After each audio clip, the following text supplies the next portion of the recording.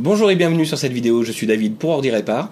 Aujourd'hui je vous propose de voir une astuce qui va nous permettre de modifier le mot de passe d'ouverture de session de Windows 10 quand on l'a tout simplement perdu ou oublié. Alors une petite précision tout de même, quand on a Windows 10 mais également Windows 8, on a la possibilité d'ouvrir une session soit à l'aide d'un compte Microsoft, c'est-à-dire un compte connecté. Dans ce cas-là, si on oublie le mot de passe, c'est beaucoup plus simple, il suffit à l'aide d'un autre ordinateur de se rendre sur le site live.com et de cliquer sur le lien « J'ai oublié mon mot de passe ». Vous serez amené sur une procédure qui vous permettra de le réinitialiser. En revanche, quand on utilise un compte local, pour Windows 8 ou pour Windows 10, c'est un peu différent et on n'a pas de possibilité d'aller sur un site quelconque pour changer ce mot de passe. Cette astuce que je vous présente aujourd'hui sur Windows 10 fonctionne également pour Windows 8 bien entendu, mais aussi pour Windows 7, donc ça peut effectivement être intéressant. Donc elle ne s'applique que dans le cas d'un compte local, encore une fois. Pour réaliser cette astuce, on va avoir besoin d'un live CD de Linux. Et si vous ne savez pas ce qu'est un live CD de Linux, si vous ne savez pas comment créer une clé USB bootable avec Linux dessus, je vous invite à consulter la vidéo que j'ai réalisée à ce propos, il y a déjà quelques temps maintenant, mais qui devrait toujours s'appliquer et qui devrait fonctionner également. Je vous mets la vignette ici. Voilà, je pense que vous avez eu le temps de cliquer dessus.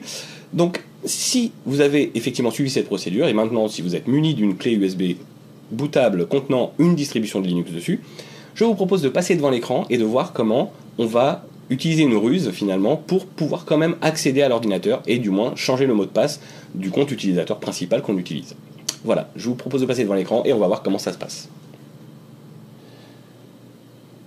Nous voilà maintenant sur l'ordinateur et pour vous présenter cette astuce, je vais pour ma part utiliser une machine virtuelle qui va me permettre justement de continuer de filmer l'écran, sachant qu'il faudra redémarrer l'ordinateur à l'aide de ce live CD de Linux dont je vous ai parlé, ou de cette clé USB. Alors je vais un peu tricher parce que je vais utiliser uniquement le fichier ISO, mais dans l'absolu ça fonctionnera exactement de la même façon pour vous. Il faudra juste, bien entendu, savoir comment aller dans le BIOS et changer l'ordre de démarrage de votre ordinateur pour faire en sorte de démarrer sur ce CD ou sur cette clé USB que vous aurez créée.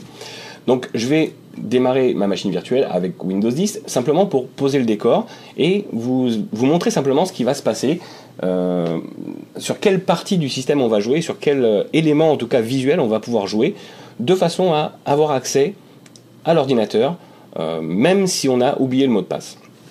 Alors, l'écran arrive. Voilà, je suis sur le volet de connexion, je clique dessus et j'arrive sur cette fenêtre qui va me demander mon mot de passe, évidemment. Et sur cette fenêtre-là, évidemment, on part du principe que je ne connais pas le mot de passe. Je l'ai oublié, je l'ai perdu, je ne sais pas ce que j'ai fait avec ce mot de passe, je me suis trompé quelque part. Ce que je vous propose de voir à ce moment-là, c'est comment on va pouvoir ruser. Alors pour ça, je vais attirer votre attention sur les icônes qui se trouvent en bas à droite de l'écran. On a trois icônes, on a une icône qui nous indique effectivement si on est connecté à Internet, on a une icône ici qui nous permet de redémarrer ou d'arrêter l'ordinateur, et on a une troisième icône finalement qu'on oublie assez souvent, à laquelle on ne prête pas attention, qui sont les options d'ergonomie. Alors si je clique dessus, bien sûr il y a un volet qui s'ouvre, qui me propose d'avoir accès au narrateur, c'est-à-dire une synthèse vocale qui va lire tout ce qui se passe sur l'écran, tout ce que je pointe avec la souris. On a une loupe qui permet de mieux voir ce qui se passe, le clavier visuel, etc. Je ne vais pas rentrer dans tous les détails, mais on a quelques outils. En fait, ce qu'il faut comprendre, c'est que cette fenêtre qui apparaît et cet outil qui apparaît à l'écran, en fait, c'est un programme à part entière. C'est un fichier exécutable qui se trouve dans l'ordinateur. Et si on pouvait, pour une raison quelconque, changer ce fichier-là d'une certaine façon pour qu'on puisse quand même avoir accès à l'ordinateur, ben finalement, ça serait assez pratique. Donc, on va exactement utiliser cette ruse-là. Donc, je vais éteindre l'ordinateur, je vais l'arrêter, cette machine virtuelle, et on va passer à la vraie première phase de cette astuce. Donc pour ça, je vais simuler les choses de mon côté, mais pour vous, il faudra avoir votre clé USB ou votre live CD de Linux à disposition, l'insérer dans le lecteur, c'est ce que je vais faire moi de mon côté, je vais le mettre dans mon lecteur virtuel, je vais utiliser une distribution qui s'appellera Ubuntu, mais vous pouvez utiliser a priori n'importe laquelle, et bien entendu, il faudra que vous changiez l'ordre de démarrage de votre ordinateur pour démarrer sur ce CD ou cette clé USB. Très bien. Maintenant, pour ma part, le CD est dans le lecteur, et quand je vais démarrer ma machine virtuelle, qui est toujours la machine Windows 10, je vais non pas démarrer Windows, mais au contraire démarrer le live CD de Ubuntu. Et d'ailleurs, on peut le voir tout de suite, puisqu'on a cet écran un peu violacé qui correspond à l'écran de démarrage de Ubuntu. Donc on va lui laisser quelques secondes, le temps de démarrer complètement, voilà. Donc là c'est Ubuntu 14.04, c'est pas forcément la toute dernière version, mais c'est celle que j'ai à disposition. Voilà. Donc laissons-lui le temps d'arriver. Très très bien. Donc là, on va tomber sur un écran qui va me proposer soit d'essayer, soit d'installer Ubuntu. Alors je vais le mettre en français. On pourrait le laisser en anglais, ça n'a pas de grande importance, mais bon, je vais le faire en français. Et on va cliquer sur essayer Ubuntu. Voilà, donc le temps simplement que le bureau apparaisse. Alors ça peut prendre quelques secondes. Voilà, ça devrait plus tarder maintenant. Voilà, je suis sur le bureau de Ubuntu. Et je vais même aller jusqu'à... Bon, c'est pas très grave si j'ai un clavier en anglais, on va se débrouiller comme ça, c'est pas très important. Alors voilà, ce qu'on peut faire, c'est que maintenant qu'on est sur le bureau Ubuntu, on a l'explorateur de fichiers, ici, de Ubuntu, qui nous permet d'aller nous balader un peu dans l'ordinateur. Et je vois ici que j'ai mon disque dur. Alors le mien fait 53 Go évidemment puisque c'est un disque virtuel, mais vous aurez le disque dur de votre ordinateur qui apparaîtra ici avec la véritable taille de votre disque dur. Et en cliquant dessus, je vois que j'ai tous les dossiers qui appartiennent à Windows, notamment le dossier Windows lui-même. Alors je vais double-cliquer sur le dossier Windows pour l'ouvrir. Je vais faire défiler l'écran jusqu'à arriver sur le dossier qui s'appelle System32. Sur ce dossier System32, donc il y a pas mal de choses à l'intérieur, on va utiliser une astuce qui va être de simplement remplacer le programme correspondant aux options d'ergonomie par une ligne de commande. Alors comment est-ce qu'on fait cette manipulation ? Bien, tout simplement en dupliquant le fichier qui s'appelle cmd.exe et en le renommant, en le mettant tout simplement en lieu et place du programme correspondant aux options d'ergonomie. Alors, pour bien détailler tout ça, on va peut-être afficher tout ça sous forme de liste, s'il veut bien, voilà. Ça sera peut-être plus facile de le lire, quoique c'est un peu plus long. Et dès que j'aurai récupéré la main, voilà, on pourra avancer. Alors, je vous propose de faire défiler l'écran, et on va commencer par mettre en sécurité le programme réel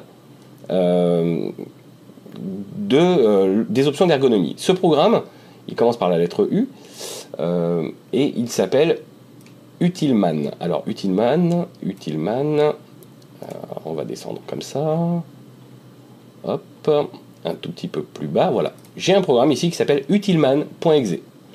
Ce que je vais faire, pour être sûr de ne pas l'abîmer durant la procédure, je vais le renommer, et je vais aller ajouter à la suite de .exe, je vais mettre .back, B-A-K. Alors évidemment, puisque je suis sur un clavier anglais, il faut que je mette .bqk, voilà, c'est .bak.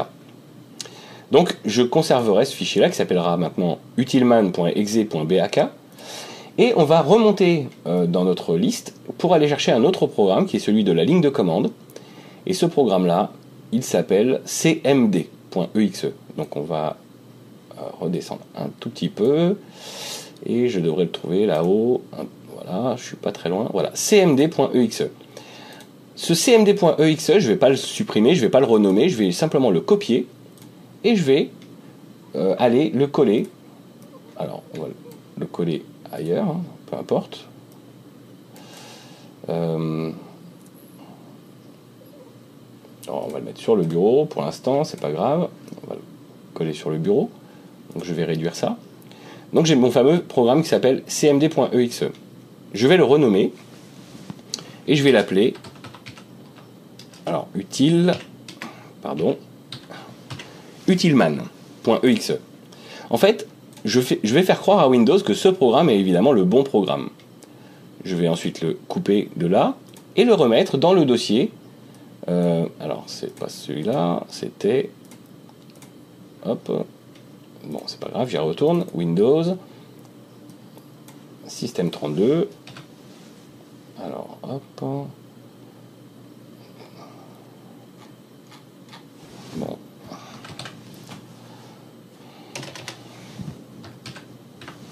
Voilà, Windows System 32, et je vais venir le coller là-dedans. Clic droit, coller. Donc j'ai maintenant ce fameux utilman.exe que je viens de copier, qui en réalité se trouve être la ligne de commande, et j'ai l'ancien programme utilman.exe.back qui me permettra de le restaurer, de remettre tout en ordre quand j'aurai terminé. Donc je vais maintenant fermer tout ça, je vais redémarrer ma machine, ici. Donc l'avantage avec le Live CD, c'est qu'il s'éjecte tout seul. Il faut bien entendu débrancher la clé USB si vous utilisez une clé USB. Et on appuie sur Entrée pour redémarrer. À partir de là, je vais me retrouver sur Windows, à nouveau, sur Windows 10, mais avec une petite particularité, c'est que cette fois-ci, les options d'ergonomie, finalement, ne seront pas les vraies options d'ergonomie. Alors, je clique ici, je vais cliquer sur options d'ergonomie comme tout à l'heure, sauf que cette fois-ci, il m'ouvre une invite de commande. Et cette invite de commande, elle a une particularité, c'est que elle s'exécute en tant que système. C'est-à-dire que vous n'êtes pas encore un utilisateur authentifié du système, mais vous avez quand même à peu près des droits d'administration. Il y a des choses que vous pouvez faire. Et notamment, ce qui va nous intéresser, finalement, ça va être de créer un nouvel utilisateur et que cet utilisateur-là soit administrateur. Donc, pour ça, on va utiliser une commande qui va être net. Alors, je pousse la souris, voilà. NET, user. Et là, je vais donner un nom d'utilisateur. Je vais l'appeler Toto. Ça n'a pas d'importance, on met ce qu'on veut. Espace, /add. Et en faisant ça, la commande s'est terminée correctement, c'est-à-dire que j'ai un nouvel utilisateur maintenant qui s'appelle Toto. Mais pour le moment, Toto n'est pas encore un administrateur. Donc pour ça, on va utiliser à nouveau la commande net. On va faire local group administrateur avec un S Toto /add. Et là donc, on a ajouté l'utilisateur Toto au groupe administrateur. Très bien, je peux maintenant fermer mon invite de commande. Et là, on va pouvoir redémarrer l'ordinateur. Hop. Et au prochain démarrage, on devrait voir un résultat qui est assez intéressant.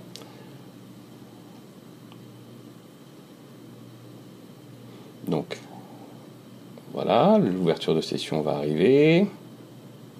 Très bien. Et maintenant, j'ai deux utilisateurs. J'ai David, dont je ne connais pas le mot de passe, et Toto, sur lequel je n'ai pas défini de mot de passe. Si je me connecte en tant que Toto, et bien tout bêtement, la session va s'ouvrir. Donc évidemment, il faut patienter le temps que Windows fasse toute sa procédure de création de bureau, etc., etc. Mais on va avoir accès finalement, comme ça, à un bureau. Et puisqu'on l'a ajouté dans les utilisateurs administrateurs, en tout cas, on a la possibilité de modifier et de gérer les comptes utilisateurs de l'ordinateur. Et c'est exactement ce qu'on va voir et ce qu'on va faire là, tout de suite. Alors, patientons encore un petit instant. Voilà, lancez-vous, mais pas trop fort quand même. Voilà, nous sommes sur le bureau de Windows 10. Et à partir de là, finalement, je suis également un utilisateur de l'ordinateur et je peux faire ce que je veux, étant administrateur, bien entendu. Alors, je vais cliquer avec le bouton droit sur le bouton démarrer, ici, et je vais me rendre dans le panneau de configuration. Dans ce panneau de configuration, je vais aller dans Compte d'utilisateur. Encore une fois, je clique sur Compte d'utilisateur. Et là, je suis sur le compte Toto, qui est un compte local et administrateur. Ce n'est pas ce compte Toto qui m'intéresse. Ce que je souhaiterais faire, c'est modifier un autre compte.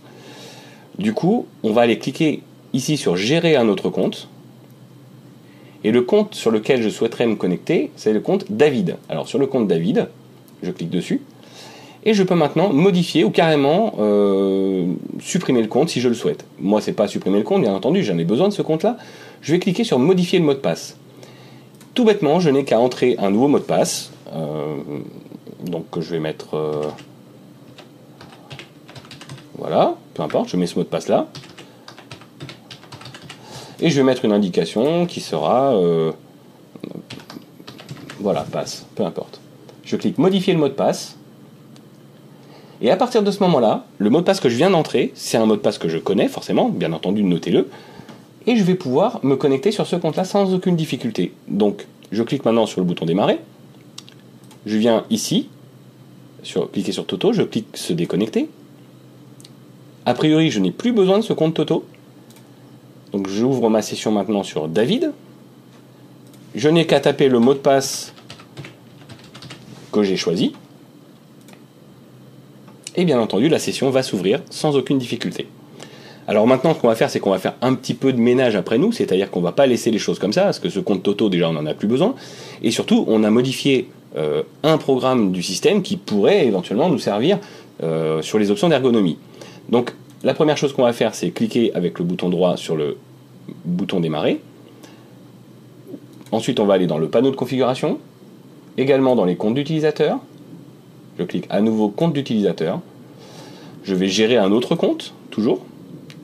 Et le compte qui m'intéresse, c'est le compte Toto. Et pour le coup, je vais supprimer le compte. Et je vais également supprimer les fichiers qui sont associés. Je n'ai pas besoin d'avoir un bureau, un dossier image, un dossier musique, etc. Donc je clique supprimer le compte. Voilà, ça prend quelques secondes le temps que ça se fasse. Et dans un instant, ça devrait être fait. Ça ne devrait plus tarder. Voilà. Je n'ai plus qu'un seul compte, qui est le compte David. Et je vais pouvoir maintenant l'utiliser, puisque je connais le mot de passe, je viens de le réinitialiser. Alors faisons maintenant la manipulation dans l'autre sens, pour réparer, entre guillemets, les fichiers que j'ai modifiés dans le système. Donc je vais aller sur Alimentation, et je vais arrêter l'ordinateur. Voilà, donc on va arrêter quand même, très bien, tout s'arrête. Je vais à nouveau insérer mon live CD ou ma live USB, peu importe, je vais dans stockage, je lui dis à nouveau que je veux utiliser Ubuntu, ok. Je démarre ma machine, donc comme tout à l'heure, il faut bien sûr modifier l'ordre de démarrage pour être sûr de démarrer sur Ubuntu, ou sur Linux, la distribution du moins que vous aurez choisi. Donc là c'est pareil, on repart sur une procédure, on a cette connexion qui va se faire. Voilà, Ubuntu se lance.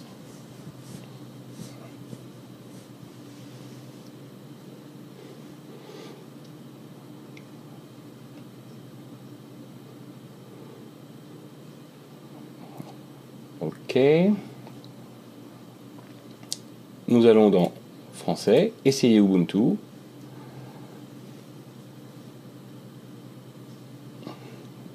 Donc tout bêtement, on va refaire la manipulation à l'envers. On va remettre les choses exactement comme elles étaient. Donc je clique à nouveau sur l'explorateur de fichiers. Je vais me rendre à nouveau dans mon disque dur, dans Windows.